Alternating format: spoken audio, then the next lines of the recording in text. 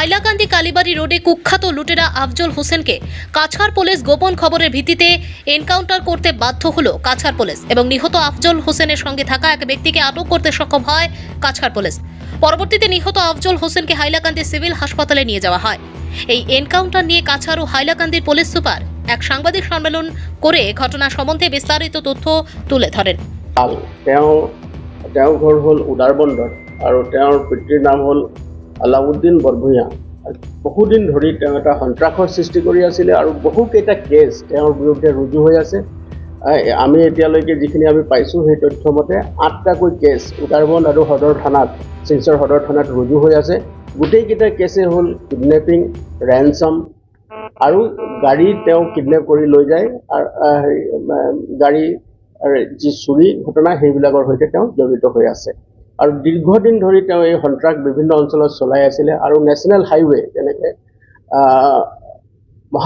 মহাসড়কত তেওঁ বাইকত যায়, বাইকত গৈ কিছুমান মহিলা বা পুৰুষ যেতিয়া থাকে তেওঁলোকৰ ডিঙিত চুৰি লগাই তেওঁ পইচা কাঢ়ি লৈ যায়। এনেকুৱা ধৰণৰ ঘটনা তেওঁ সংঘটিত কৰি আছিলে, সন্ত্ৰাসৰ সৃষ্টি কৰি আছিলে। যোৱা বছৰো তেওঁ শিলচৰ নগৰৰ মাজমজিয়াত এগৰাকী কনষ্টেবল যিজনৰ লগত আজি তেওঁৰ এই ঘটনাটো সংঘটিত হৈছে। তেওঁৰ নাম হ'ল হেড কনষ্টেবল আনোৱাৰ হুছেইন বৰভূঞা। আনোৱাৰ হুছেইন বৰভূঞাক তেওঁ ছুৰিকাঘাত কৰিছিলে যোৱা বছৰ, আৰু যোৱা বছৰ ছুৰিকাঘাত কৰাৰ পাছত তেওঁ মেডিকেলত ট্ৰিটমেণ্ট কৰি আছিলে। ট্ৰিটমেণ্ট কৰাৰ পাছত যেতিয়া তেওঁ ভাল হোৱাৰ পিছতো তেওঁ মানে গতিমতি কোনো সলনি নহ'ল। তেওঁ একেৰাহে তেওঁৰ যিটো অপৰাধ জগত যিটো চলাই আছিলে সেইটো চলাই গৈছে।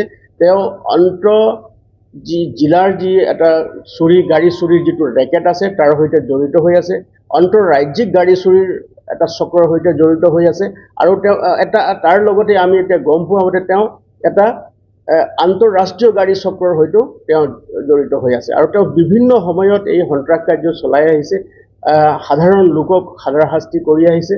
আৰু আমি দেখা গৈছে যে অনুসন্ধান কালত দেখা গৈছে যে তেওঁ এই যিটো তেওঁ এটা মডাৰ্ছ অপাৰেণ্ডি আছে সেই কৰি তেওঁ আমাৰ শিলচৰ বা উদাৰবন্দ এইবিলাক ঘটনাত যেতিয়া ডকাইতি ঘটনা সংঘটিত কৰে তাৰ পাছত তেওঁ চুবুৰীয়া জিলাত তেওঁ আহি পেলাই আশ্ৰয় লৈ থাকে আৰু এগৰাকী মহিলাৰ যি এটা ফোনপে' আছে, ফোনপে'ৰ জৰিয়তে তেওঁ পইচা সংগ্ৰহ কৰে। গোটেই বিষয়টো আমি অনুসন্ধান কৰি আছিলোঁ আৰু পুৱাই আমি তেওঁক লোকেট কৰিছিলোঁ যে তেওঁ ইয়াতে আশ্ৰয় লৈ আছে আৰু সেই মৰ্মে আমি আমাৰ অভিযান আজি আৰম্ভ কৰিছিলোঁ।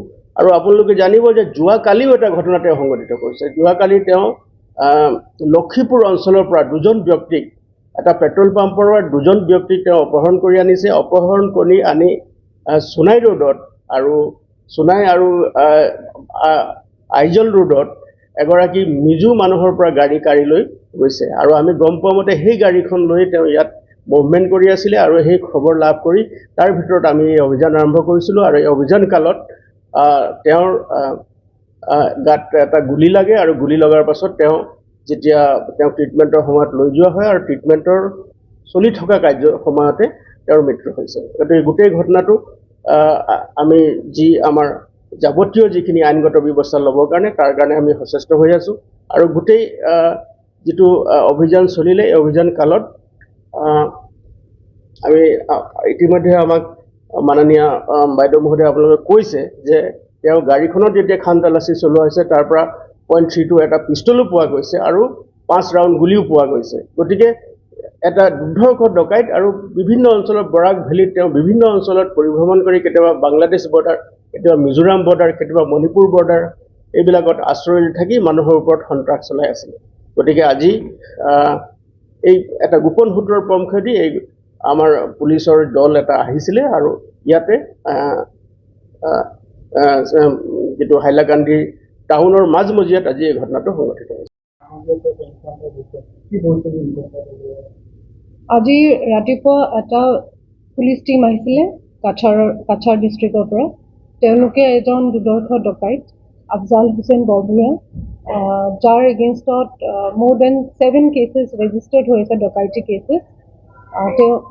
সেই ডকাইতজনক বিচাৰি পিনে পুলিচ টীমটো কাছাৰৰ পৰা আহিছিলে আৰু তেওঁক পিছে আহোঁতে আৰু যোৱাকালিও এটা কিবা ডকাইতিৰ ঘটনা হৈছিলে আৰু কাছাৰ পুলিচ টীমৰ খবৰ থকা মতে সেই এটা গাড়ী তেওঁ স্নেচ কৰি আনিছিলে। সেই গাড়ীখনতে তেওঁ ঘূৰি ফুৰি আছে হাইলাকান্দিত বুলি খবৰ পাইছিলে। তেওঁলোকে আহি যেতিয়া হাইলাকান্দিত আহি পালে পুলিচ টিমটো, সেই আফজাল হুছেইন বৰভূঞা যোনজন ডকাইত, তাক হাইলাকান্দি টাউনতে পোৱা গ'ল আৰু গাড়ীখন টাউনত যিহেতু ট্ৰাফিক আছিলে, সেই গাড়ীখন ৰখিলে।